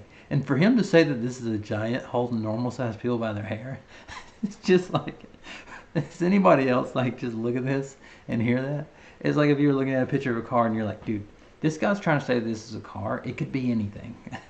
I mean, honestly, that's just how I see it. But anyway, maybe that's just me being funny anyway. Is that what he's going to argue? That's what it sounds like. He's referencing this person being a giant. I mean, because these little people. Well, I mean, if he says it's a literary trope, can we let that play just for another minute? Because I'm wondering if that's what he's going to argue. Let's play it real quick. Who discovered this will say, yeah, but this is obviously an embellishment. They're just trying to say they're Pharaoh, who's supposed to be half God, half man, or the son of God, or whatever. He's obviously just trying to embellish his size. And you'll see this portrayed in movies like 300, for example. But they just write it off as an embellishment. And so, but it does actually go with some of the structures from the ancient world. I mean, if you look at the pyramid. Oh my God! That's what I'm saying. All right, so I said that the size of these people actually do fit with the structures of the world, but I'm not by any means saying that these aren't at least embellished at some point. But he's gonna make this long rant about how that's what I'm saying. Do me a favor. Can you Google and pull up something for me just real quick before we close? Because I just want to show you like how common this shit is. What do you want to pull up? Google the Victory Stele. So Victory Stela. Yeah, Victory Stele. Okay. Of Naram Sin. Yeah, that pop up? Yeah, I got pulled the images real quick. Let me switch over to it. I mean, look, anybody watching this, just go, if you want, email me and we'll get you an introductory book on ancient Near Eastern art. art. I want you to see this. But just pull up a couple of, like that one there. That one's probably good. Look at the difference in size. That's not. All right, look at this. He pulls this up as an example of somebody that's taller than these other people, and he's saying this is obviously an embellishment. If he would have watched the video, I showed this exact picture in the video that they didn't finish watching. It's pretty. It's actually pretty serendipitous that he went straight to one of the pictures that I brought up in the initial video. I about pulled it up for you here, but you can just go back and watch it yourself. I actually show this in the video. Naram Sin. That's Naram Sin. Yeah, and what is it? This is from a different culture, and take a look. I mean, that's why I showed it. Like, these are all over the ancient world, and yeah, he's gonna say that this is like some type of psychological thing, but I think there could be some embellishment. But if these heroes weren't that's at least bigger than the average person, then the average people could look at these hieroglyphs that are on the wall and just be like, what is he thinking, right? But anyway, I mean, that's just a silly point. But. How big he is. Have you ever seen like child psychology where like they say, hey, draw a picture of your family, and the kid draws a picture and the mom is like 3 times bigger than the dad, and they look at that and they say, oh, I wonder why you drew your mom so big, and it turns out that the mom's like really domineering or something in the family, and so that's how they're picturing the mom is much bigger, much more powerful or something. I'm not saying that's what's going on here, but this it's like he brings that up and then he goes, I'm not saying that this is what they're doing here. Idea of size and image, and I'm not an art historian, like please, I know some. If you want to talk to them, we can get them on, but the way that they depict, particularly that stealer right there, the way that they depict people as big and as over others, this doesn't have anything to do with their physical size, right? It's I mean, yeah. Dude, did you hear that thunder? Is my dog's all going crazy in the background? That was pretty funny too. We look at these pictures of these like huge sized people, and then he goes, "Look, these obviously have nothing to do with their size." I mean, maybe he's right, and I'm wrong, but I just find that counterintuitive, obviously. Oh well. It's like please don't go out power. Please rap Jesus RJ up there. Don't let the power go out tonight. It's hot in Florida, and it is hot, and I can't do it. I'm gonna charge my phone. Anyways, I think we've had a good show. Maybe we'll do a part 2 of this. I'd like to finish this actually. This sparked some really good conversation, and we got through 10 minutes of it. Sorry, an hour and a half. I feel kind of bad sometimes in these reviews because I don't know if they like say things later on that changed my perception of what it is that they were arguing. I'm glad that Josh says that, right? Because he's acknowledging that maybe like when he's looking at a 3-second clip that I might say something in the next part that contradicts what he's about to go on a rant about, and that does seem to be what happens at every point, because almost every point that's made, I later clarify that that's not what I'm doing, and so I'm willing to take criticism. Like if he were to look at the ages of strata and be like, hey, you said in these notes it was the second Bronze Age, like, okay, I mean, I'm willing to look at all those, right? But it just seemed like I would make a point and then they would go into like my motive and like why I have these theological commitments and that people are motivated by all these things. So anyway, but so I want to say that as a caveat. Maybe he says things that are completely different later. I don't know, but we'll find out. Maybe next episode. Tune in. Tell us what you think. We appreciate you. We love you. Until next time, please subscribe and make the world a better place. And remember, folks, Black Lives Matter. Black Lives Matter. Nice. All right, so that's it on that. But maybe I will show you here before we end. Let me go to my channel real quick. Oh, look, I'm live. So let me go here. Standing in front of him to with the the drawn actual sword in his hand, video. Joshua went up to him and asked, "Are you for us or for our enemies?" "Neither," he replied, "but as the commander of the army of the Lord, I have now come." Then Joshua fell down face I down to the just ground. wanted to show and you so basically, guys- he come to help Joshua. Not satisfied with that one? Okay, how about Okay. Just wanted to show you guys that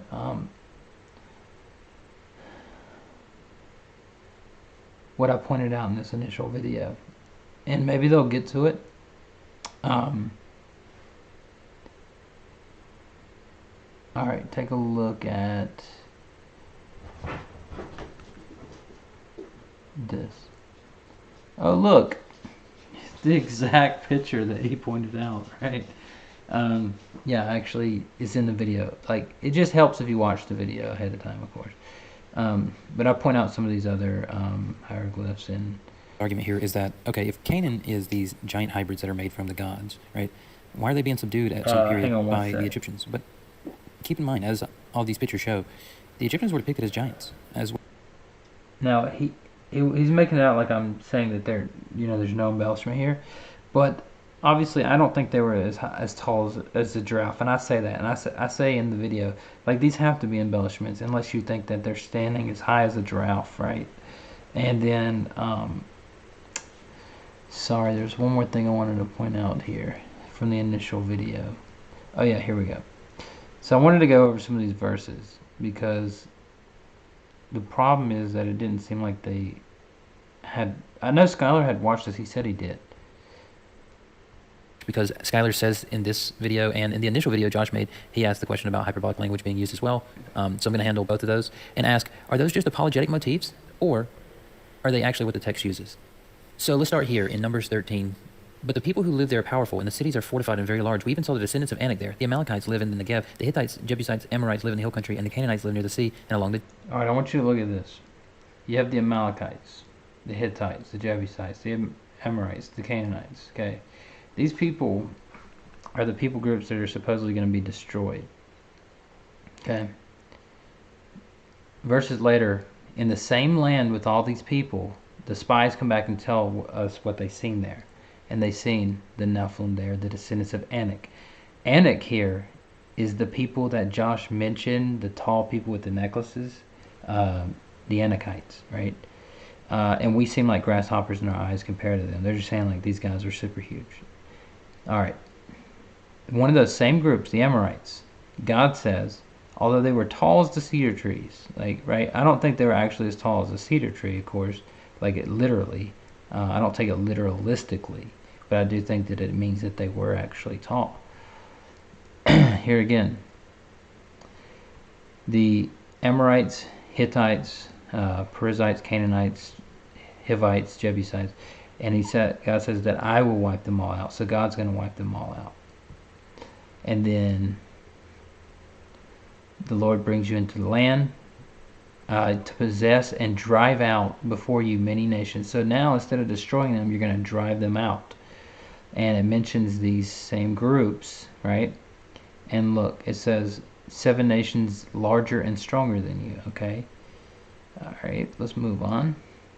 Completely destroy them. And it names these same nations, okay? The Canaanites are right there, Hittites, all right? They're supposed to be destroyed. Og, king of Bashan, was the last of the Raphites. Okay, and it brags about his bed. It says, look, his bed's still over in Rabbah of the Ammonites. Like, if you want to go see it, it's still out there, like that kind of thing. And it talks about it being 9 cubits long and 4 cubits wide. All right, it says the whole region of Argob and Bashan used to be known as the land of the Raphites. This is one of the groups that are amongst these people. In Deuteronomy 2, it says that this was considered a land of the Raphites. But the Ammonites called them the Zamzumites. They were people that were strong and numerous and as tall as the Anakites, and the Lord destroyed them before the Ammonites. Okay. Now here's the key. The Emites used to live there. The people strong and numerous, as tall as the Anakites, and like the Anakites, they too were Raphites. Here's the thing: is that the Anakites and the Raphites, if you didn't watch the original video, these are the groups of giants that are amongst these people, like the Canaanites and Hittites and Amalekites. Because I want to show you right here. He's saying that you're going to dispossess these nations that are greater and stronger than you, have large cities, walls up to the sky. They're strong and tall. The Anakites, you know them. Um, he will destroy them, subdue them. All right. And then the next verse we have. At that time, Joshua went and destroyed the Anakites from the hill country of from Hebron to Beer, from Anab, from the hill country of Judah, from all the hill country of Israel. Joshua totally destroyed them and their towns.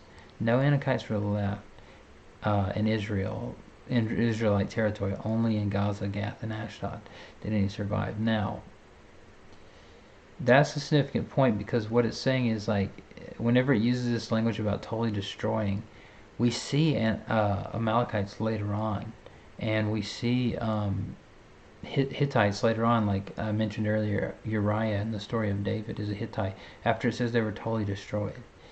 So anyway, I just thought I'd point those out because they weren't addressed, but again, they said they didn't watch the video. Well, Skylar did, but Josh said he didn't watch the video ahead of time. Um, so, but I actually think that this is a good thing for Skylar to come out and say, like, hey, listen, man, my channel is kind of an entertaining channel. Like, I have Dr. Josh on, so it's educational as well. Like, I can appreciate that, and I can say, like, hey, look, I get it. Like, sometimes you're just like giving Christians a hard time or whatever, but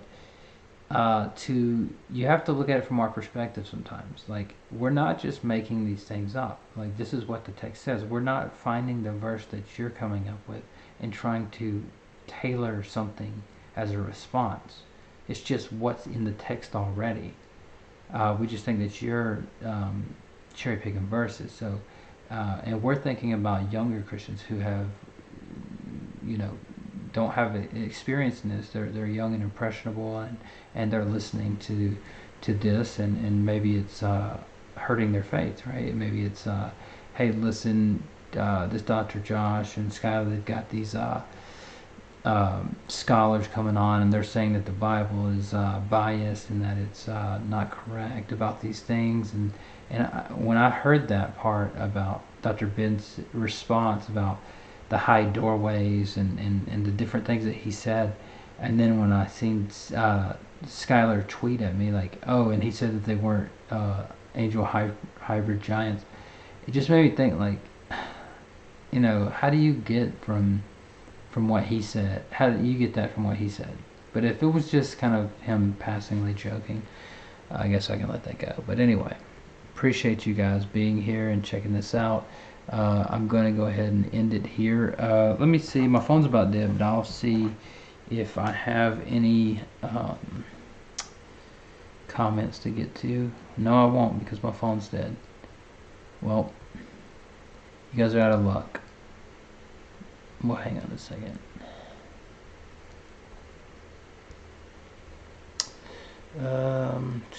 Let me go here.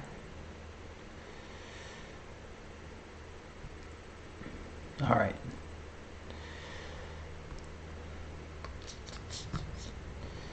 Sorry about this, super unprofessional. I just wanted to check one thing here. Yeah, it looks like we're still good. Okay. All right, with that, I'll go ahead and end it there. Thanks for everybody for showing up. I'm surprised there were so many people in here after. Oh, I can see your comments here. Let's see. Figurative similes always have complex. So did they? Hold on a second. So did the black people stay in Africa? The brown people moved to Egypt and Israel? I don't know what that's in reference to. Maybe that's in a conversation within the chat. I don't buy that. I think that people were spread out. Let's see. Doesn't look like there's any real questions in here, so just some comments in the chat. You guys having a conversation. All right, so I'm gonna go ahead and end there. I've got a lot of stuff I've been working on lately, and I'm working on a project right now, and so I'm not gonna be spending a lot of time online, but I felt like I should make this because it seemed like the initial video I made was just for correction, and whenever I was seeing the responses, like listening to a little clip and then going on this long rant about how um, stuff that was totally unrelated, and then coming back and going, oh, okay, so I handle that in the next sentence, kind of thing. Like, just, I don't know. I try to be careful and read and watch these videos ahead of time before I respond to them. That way I don't make those mistakes. But I do make mistakes all the time, and I'm willing to accept correction from anyone. So if something I said you guys didn't think was accurate, please let me know in the comment section. And I'll see you guys on Thursday night on Modern Day Debate. I'll be hosting a debate. I'm not sure who's going to be in it yet. You have to look on the event page for Modern Day Debate, but I'll be on there Thursday evening at 9 p.m. Eastern, I believe. So with that being said, that's all I got. You guys have a great night. Thanks for I got my regulars showing up. Most of you guys are pretty regular to this channel, and everything's good, my onion. Appreciate that. Hope everything's good with you. One Way, thanks. I think I seen Praise in there. Supreme King, all you guys, appreciate it. And Skylar and Josh, appreciate you guys for a response. Although I thought that it was biased and a little uncharitable, I think that you guys were not being jerks, basically. So thanks for that, I guess. But I'm looking forward to hearing back from you guys here in the future. Maybe Josh will watch the video ahead of time, and